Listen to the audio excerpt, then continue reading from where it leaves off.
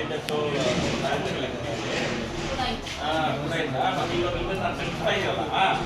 ಯಾಕೆ ತೆಗಿಸ್ತಾ ಇದ್ರೆ ಅಷ್ಟು ಈಗ ಒಂದು 2-3 ಇಯರ್ಸ್ ಆಯ್ತು. ಚೆನ್ನಾಗಿ ದುಡ್ಡದು 1.5 ಕೋಟಿ ರೂಪಾಯಿ ಬೇರೆ ಪ್ಲಾನ್ ಮಾಡ್ಕೊಂಡಲ್ಲ ನಮ್ಮ ಯಾರು ಇಂಜಿನಿಯರ್ ಬಂದಿದ್ದಾರೆ.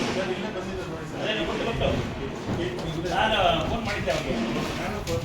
ಅದು ನಮಗೆ ಯಾಕೆ ಸರ್ ನೀವು ಕೇಳಲ್ವಾ ನೀವು ಇಷ್ಟಾನುಸಾರ ತೆಗಿತಾರೆ ಅಂತ ಅಂದ್ಬಿಟ್ಟು ಒಂದು ದೊಡ್ಡ ಸುಮಾರು ನಮಗೆ 10ರಿಂದ 12 ಕಾಲ್ ಬಂದಿದೆ ಸರ್. ಮಿನಿಸ್ಟರ್ ಆಗ್ಬೋದು ಯಾರು ಇರ್ಬೋದು, ನೀವು ಮಿನಿಸ್ಟರ್ ನೀವು ಮನವರಿಕೆ ಮಾಡ್ಕೊಳ್ಬೇಕು.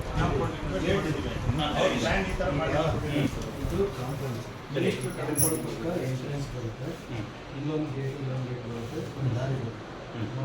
ಅದಾದ್ಮೇಲೆ ಬಿಲ್ಡಿಂಗ್ ಬಂದರೆ ಇದು ಹಳೆ ಬಿಲ್ಡಿಂಗು, ಇದು ಈ ಜಾಗ ಇದರಲ್ಲಿ ಸರ್ ನಿಮಗೆ ಆಲ್ಮೋಸ್ಟ್ ಮಾರ್ಕ್ ಮಾಡಿದ್ರೆ ಇಲ್ಲಿ ತನಕ ಬರ್ತದೆ ಸರ್. ಅದಕ್ಕೆ ಇದು ತೆಗಿಬೇಕು ಸರ್. ಆಮೇಲೆ ಈ ಜೆರಾಕ್ಸ್ ಜಾಗ ಇಲ್ಲ, ಇದು ಪ್ಲಸ್ ಅರ್ಧ ಹೊಂಟು ಆ ಬಿಲ್ಡಿಂಗ್ ಇದು ಆ ಬಿಲ್ಡಿಂಗು, ಇಲ್ಲೊಂದು ಗೇಟ್ ನೀವು ಬಂದಿದೆ. ಈಗ ಈ ಬಿಲ್ಡಿಂಗು ಈ ಜೆರಾಕ್ಸ್ ಆಗಲ್ಲ, ಈ ಜೆರಾಕ್ಸ್ ಇದು ಹೋಗುತ್ತೆ. ಆಮೇಲೆ ಈ ಕಡೆ ತೋರಿಸೋದು ಈ ಬಿಲ್ಡಿಂಗ್, ಇದು ದಾರಿ, ಈಗ ಟೋಟಲ್ ಹಿಂಗೂ ತಿರ್ಸೋಕ್ಕಾಗಲ್ಲ. ಹಂಗಾಗಿ ಅದನ್ನು ಇದು ಮಾಡೋದು. ಅದಕ್ಕೆ ಅವ್ರಿಗೆ ಹೇಳಿದ್ದೀವಿ ನಾವು ಪ್ರಿನ್ಸಿಪಲ್ ಅವ್ರಿಗೆ, ಅದು ಏನು ಡ್ರೆಸ್ ಇದೆ ಕ್ಲೀನಾಗಿ ನಾವು ಬಿಚ್ಚಿ ನಿಮ್ಗೆ ಹ್ಯಾಂಡ್ ಮಾಡ್ತೀವಿ. ಅವರು ಇಲ್ಲಿ ಒಂದು ಗಾರ್ಡನ್ ಇದೆ, ಇಲ್ಲಿ ರೀಇನ್ಸ್ಟಾಲ್ ಮಾಡ್ತೀವಿ. ಅದು ನನಗೆ ಇದು ಪಿ ಜಿ ಇಲ್ಲಿ ರೀಇನ್ಸ್ಟಾಲ್ ಮಾಡ್ತೀವಿ ಅಂತ ಅದಕ್ಕೋಸ್ಕರ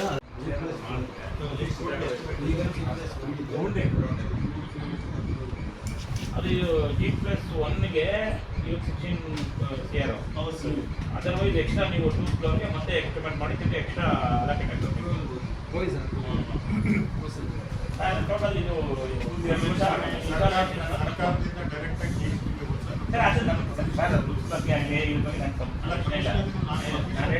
ಇದು ವೇಸ್ಟ್ ಆಗುತ್ತೆ ಅಂತ ಅಷ್ಟೇ. ನಂದಿನ ಆ ಥರ ಇಲ್ಲ ಸರ್, ಒಳ್ಳೆ ಕೆಲಸ ಮಾಡ್ತವ್ರೆ, ನಮ್ದು ಸಂಪೂರ್ಣ ಸಹಕಾರ ಇದೆ, ಅದ್ರ ಬಗ್ಗೆ ಇಲ್ಲ. ಅದು ವೇಸ್ಟ್ ಆಗುತ್ತಲ್ಲ, ನಾವು ಥರ್ಡ್ ಫ್ಲೋರ್ ಬರ್ತದೆ ಚೇಂಜ್ ಈಗ ಇನ್ಸ್ಟಾಲೇಷನ್ ಆಗಬೇಕಾಗಲ್ಲ. ಇದೇ ಹೇಳ್ತಾರೆ ಇದೇ ಇದೆ.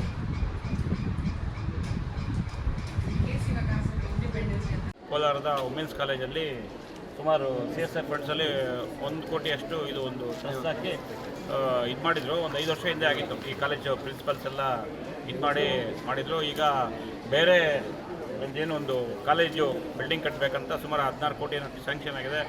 ನನಗೆ ಪಬ್ಲಿಕ್ ಎಲ್ಲ ಫೋನ್ ಮಾಡಿದರು, ಸರ್ ಈ ಥರ ಇದನ್ನು ತೆಗಿತಾ ಇದ್ದಾರೆ, ಚೆನ್ನಾಗಿದೆ ಅಂತ.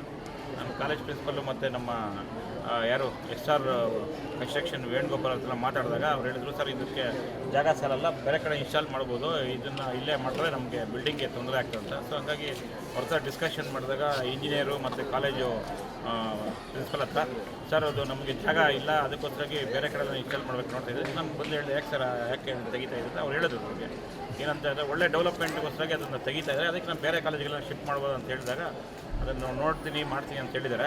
ಬಟ್ ಇದು ಇಲ್ಲಿದ್ದಿದ್ರೆ ಇದಕ್ಕಿಂತ ಚೆನ್ನಾಗಿ 3rd ಫ್ಲೋರಲ್ಲಿ ಆಡಿಟೋರಿಯಂ ಮಾಡ್ತೀರಿ, 3,000 ಕೆಪಾಸಿಟಿ ಇದ್ದಿದ್ದು ಈಗ 4,000ಕ್ಕೇನೋ ಮಾಡ್ತೀನಿ ಅಂತ ಹೇಳಿದರೆ ಯಾರು ಉಸ್ತುವಾರಿ ಸಚಿವರುಗಳೆಲ್ಲ ಬಂದಾಗ ಇದ್ರ ಬಗ್ಗೆ ಗಮನ ಕೊಟ್ಟು ಅದು 16 ಕೋಟಿನ ರಿಲೀಸ್ ಮಾಡಿದ್ದಾರೆ ಫಸ್ಟ್ ಫೇಸಲ್ಲಿ. ಇನ್ನು ಕೆಲಸ ಆದಾಗ ತುಂಬ ಒಳ್ಳೆ ಸುಜಾತಿತ ಬಿಲ್ಡಿಂಗ್ ಬರ್ತದೆ ಅಂತ ಹೇಳಿದರು. ಸೊ ಹಂಗಾಗಿ ಯಾಕೆ ವೇಸ್ಟ್ ಆಗೋದು, ಬೇರೆ ಗೌರ್ಮೆಂಟ್ ಕಾಲೇಜಿಗೆ ಅದಕ್ಕೆ ಶಿಫ್ಟ್ ಮಾಡಿದ್ರೆ ಒಳ್ಳೇದಂತ ಹೇಳಿದಾಗ ಅದು ಒಪ್ಕೊಂಡಿದ್ದಾರೆ. ವೇಮಗಲ್ ಕಾಲೇಜಿಗೆ ನಾವು ಕೇಳ್ತಾ ಇದ್ವಿ, ಅಲ್ಲಾದರೂ ಶಿಫ್ಟ್ ಮಾಡೋಕ್ಕೆ ಅವ್ರು ಒಪ್ಕೊಳ್ತಾರೆ.